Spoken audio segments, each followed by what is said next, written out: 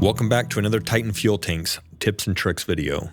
Today we'll be talking about the Travel Trekker 5410050 and the 5410040. These are our 50-gallon and 40-gallon auxiliary fuel systems. When installing the lower mounting brackets, there are actually two methods to find the location to drill the holes. Number one is to use the included mounting template. Be sure to hold the template back from the front of the bed to accommodate the hoses going down between the bed and the tank.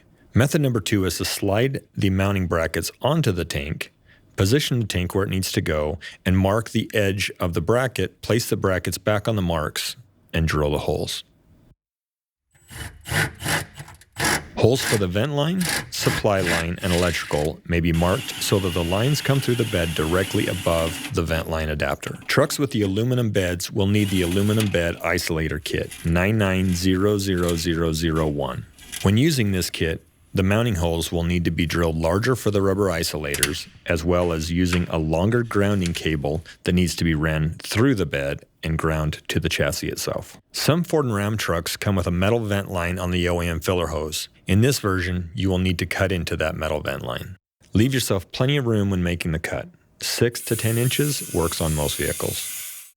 Sometimes it's easier to remove the complete fuel neck assembly to accomplish this. Once the cut is made, clean the debris from the cut end.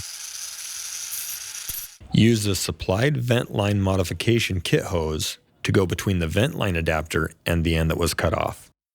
The vent line adapter should have the supply line nipple closest to the main tank and the vent line nipple closest to the fuel cap. This main vent line should have a slight drop from the fuel cap side to the frame rail side. This will allow fuel to drain into the main tank. When running the electrical, we recommend that all of the grounds from the pump, the controller, and the level sensor be connected directly to the vehicle's battery.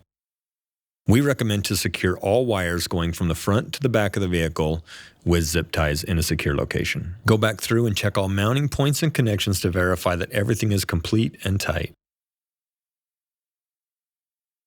Fill the tank and check all fuel line connections for leaks. Depending on which version you've chosen, you'll either have 40 or 50 gallons more fuel capacity.